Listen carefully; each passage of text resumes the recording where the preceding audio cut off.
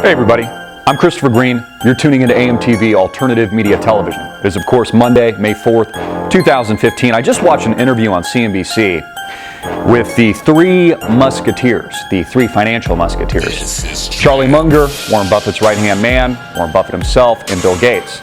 And they're in this hotel setting coming off the Berkshire Hathaway meeting that they hold on an annual basis, and they're specifically talking about the criminal Federal Reserve. Munger, Gates, and Buffett all agree that zero interest rate policy is likely creating financial asset bubbles. Not just in real estate, because as Buffett says, if you can borrow at zero, that obviously drives prices higher. It makes it easier to borrow money to invest in things like a home. And it also is more than likely creating financial and asset bubbles in the stock market. But the logical question all of us should be asking, especially here in America, well, if you three financial musketeers all agree that what the Federal Reserve is doing is criminal, then what are you going to do about it? You know, we constantly hear how they're giving back to the world through their charitable organizations in the billions and billions of dollars. But most Americans don't know that Warren Buffett was a primary beneficiary of the TARP funds, of the multi-billion, really multi-trillion dollar financial bailouts. In fact, his investments, his multi-billion dollar investments in companies like Goldman Sachs and American Express, just to name two, there's more than that, more financial institutions Buffett has invested in, were bailed out in 2008, saving him billions of dollars. But I thought that this was the master PR man, you know, the master PR stuntman that likes to lick his ice cream cones at his Berkshire Hathaway meetings and also play his ukulele.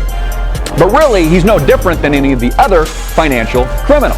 People like John Thain, the former CEO, probably many of you have never even heard of, Merrill Lynch, who had a golden toilet while he was receiving the bailouts in 2008. Literally, a golden toilet in his apartment. That's how egotistical and crazy these people are as they're receiving our money, taxpayer money, you and I. People like John Corzine, this revolving door between politician and banker who directly stole client funds, his own customer accounts, while working at MF Global, driving the company to zero.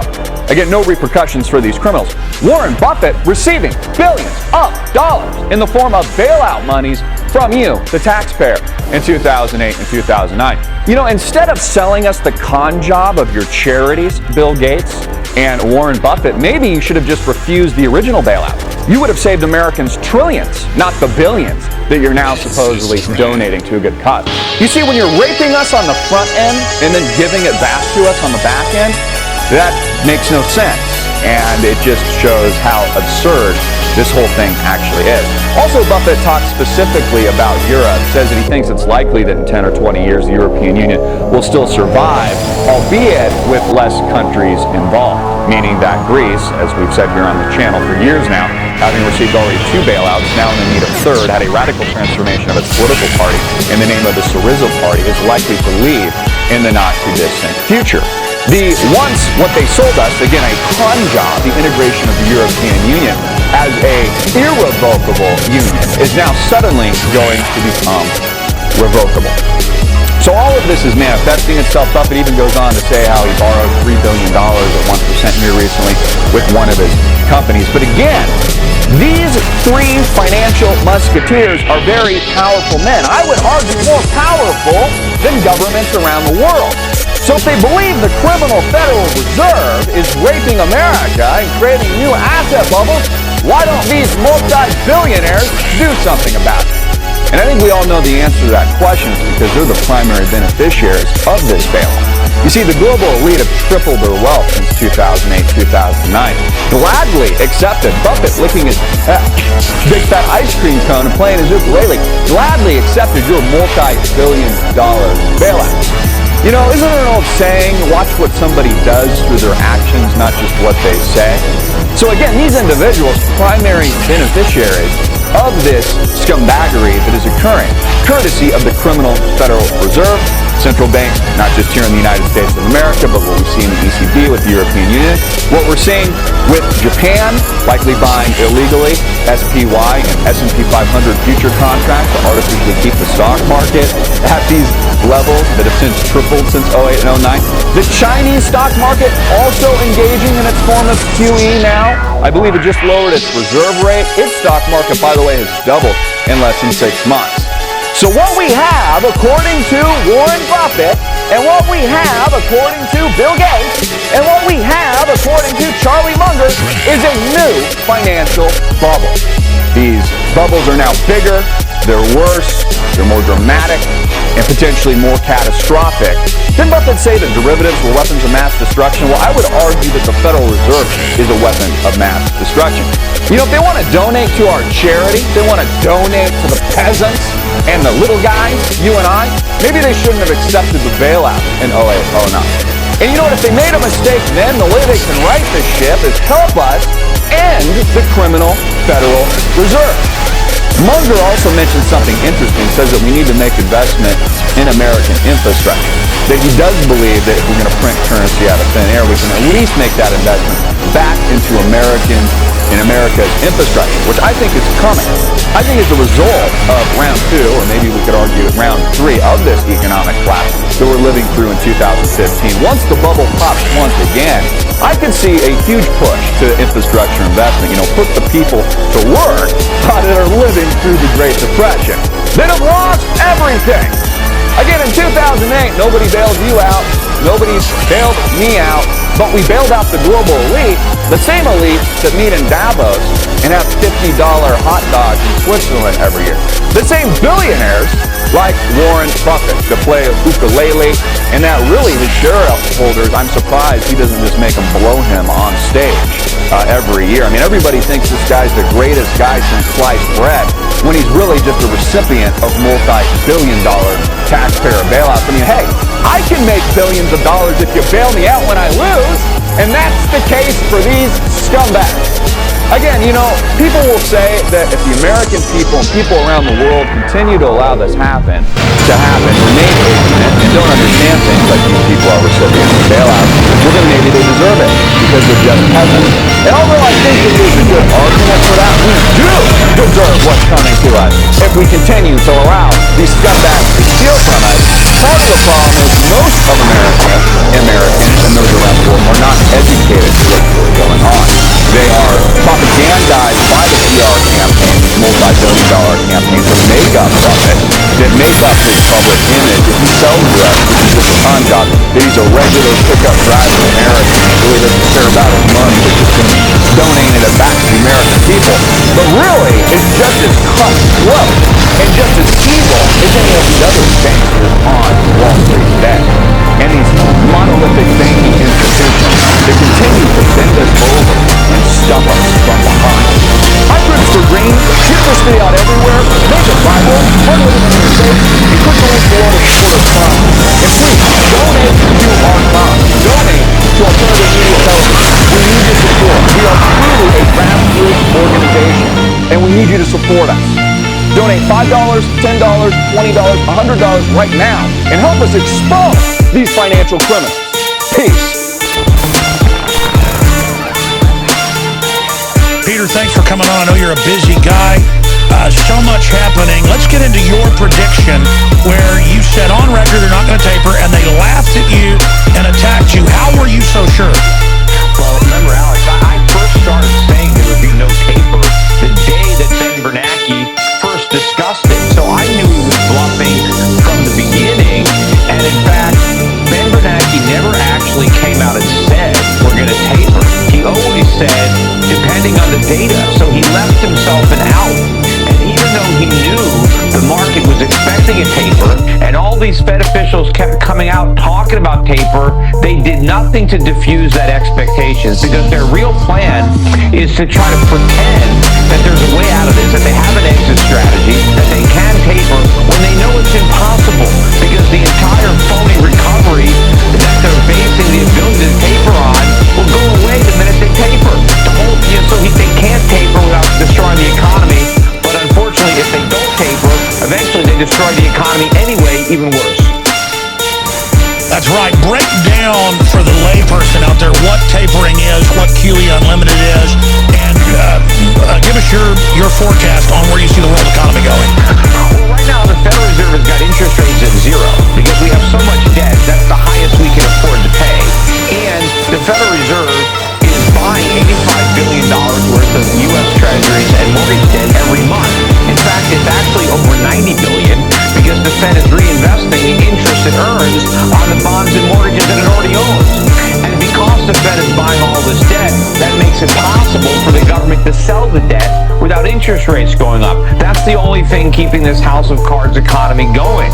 But if Ben Bernanke takes away even some of that support, interest rates will rise beyond our ability to afford it. In fact, in his press conference, when he didn't taper, he told everybody that the reason he wasn't doing that was because rates had gone up, and he didn't want rates to go up anymore. But the reason rates went up is because he threatened to taper. But now because he threatened to taper, he can't actually carry out the threat because tapering means higher interest rates. Now, of course, eventually interest rates are going to skyrocket when the dollar crashes, and then, then this party's over. You have accurately, in the decade plus I've been listening and watching your work and having you on the show, and also tune in when I can to Shift Radio, that you do almost every day, breaking down where we're going, and then over and over again, you've turned out to be accurate. Give us an idea on where the economy is now in specifics and what you expect to happen by the middle of next year. Well, where it is now, it's a disaster in the making. It's a gigantic bubble. We're in worse shape economically than we were just before the 2008 financial crisis. I mean, we're in worse shape than we were in at the peak of the NASDAQ bubble in 2000. We're in worse shape than we were going into the Great Depression in the 1930s. So it is a complete disaster. That is why the powers in Washington at the Fed are doing everything they can to postpone the day of reckoning, because we've got a lot to reckon with. But the problem is, the longer they postpone it, the worse the problems are going to be, because we make them bigger when we postpone them, so now it's going to be even worse. Now, whether the chickens come home to roost by the middle of next year or not, it's hard to say. We've got this manufactured debt ceiling crisis coming up.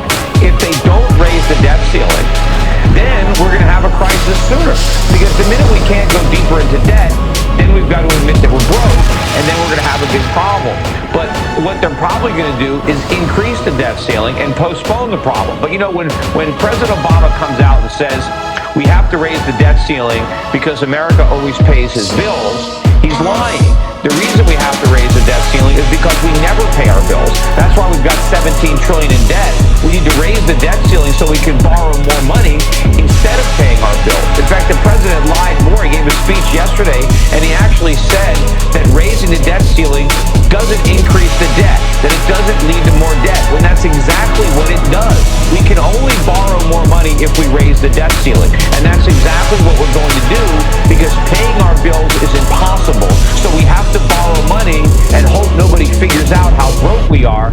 But of course, we keep telling everybody how broke we are. They got to figure it out eventually. And then it's not about our willingness to borrow. It's about the world's willingness to lend. And when the world doesn't want to lend anymore, then that's it. Now understanding this for, again, the common person out there, I almost don't want to ask you what you would do as a solution, because we know they're not going to do that. They're going to keep driving the ship in the same direction. But briefly, what would you do to try to reverse this or mitigate it? Can it be mitigated, A, but B, more importantly, because we know they're not going to listen to you or other sound economists or minds that are following real free market economics. They're following this crony system where this mafia just won't give it up and admit they're wrong because it enriches them. Where is it really going? What will it look like? How bad will it be with 101 million people in the U.S. on some form of food assistance? Yeah, well, look, it can be mitigated, but only if we deal with it sooner rather than later, and if we apply market-oriented solutions to the problem, not government solutions. But it's still going to hurt. Look, I want to rip the Band-Aid off quickly. Right now, they're peeling it off slowly. I mean, obviously, it's going to hurt for a second if we rip the Band-Aid off, but we've got to do it. So what we've got to do is go cold turkey on all this debt. It means the Fed has to stop quantitative easing and start selling the bonds it holds. It has to allow interest rates to rise to a market level. And when that happens, we're going to have to deal with the fact that we're broke. That means we can't pay back all the money that we've promised. People are going to take losses. Government promised a lot of things to a lot of people. It can't keep these promises. So a lot of people are going to be disappointed. Some banks are going to fail. We can't bail them out. Some companies are going to fail. Some people are going to lose their jobs. Unfortunately, this has to happen. But people have to lose the wrong jobs so they can get the right jobs. Our economy is so screwed up right now based on years and years of artificially low interest rates. We consume too much, we borrow too much, we don't save enough, we don't produce enough, we have huge trade deficits. These are unsustainable. They need to be corrected. The correction involves some short-term pain. But if we can couple that with significant tax relief and spending reductions and sound money, then we can make the bitter-tasting medicine go down a little smoother. But more importantly, it'll work. We'll be able to create a real lasting recovery that will benefit everybody. If we keep numbing the pain with government stimulus, the disease gets worse, and ultimately it's going to be fatal. An analogy of this is people like organic food, high-quality food, they start buying it, and then over time, everybody starts buying it, so it actually brings more competition in, and then organic food prices go way down from what they were just 15 years ago. That's how a free market, voting with dollars, changes things, but by select insiders having unlimited trillions to put into areas they want, it destroys competition, enriches groups that aren't competitive, and really screws up the society and creates, I think, the type of mass degeneration we see happening. But Peter, let me ask you this question. If we've got 50 million people on food stamps, roughly, 100+ million on food assistance, half the public on government dependency one way or the other, what is going to happen? This is the biggest, most wrecked government in history, according to my research. Correct me if I'm wrong from your perspective. And I'm really worried because the collectivists with Cloward and Piven say they just want to collectivize things. It's their plan to wreck things and then have the answer be total government. We may be looking at a Soviet Union-style event here where they absolutely put you and I, to work on some type of forced labor or something. That is the slippery slope that we're on. Those are the dangers of democracy that our founding fathers warned us about when they gave us a republic and challenged us to keep it. Unfortunately, we didn't meet that challenge, and yes, there are a significant number of voters who are bought and paid for by the government.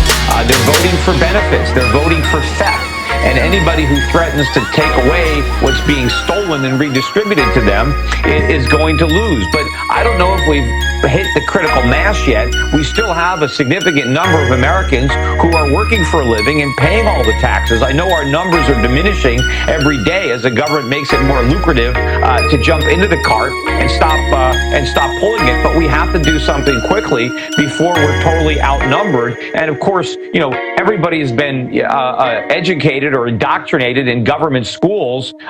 The electorate is not that bright, unfortunately, in the United States, and they're easily taken in by these left-wing promises of prosperity flowing from government, when the only thing that has ever worked at creating prosperity, particularly for the poor and the middle class, is freedom, is capitalism. It's not a government program.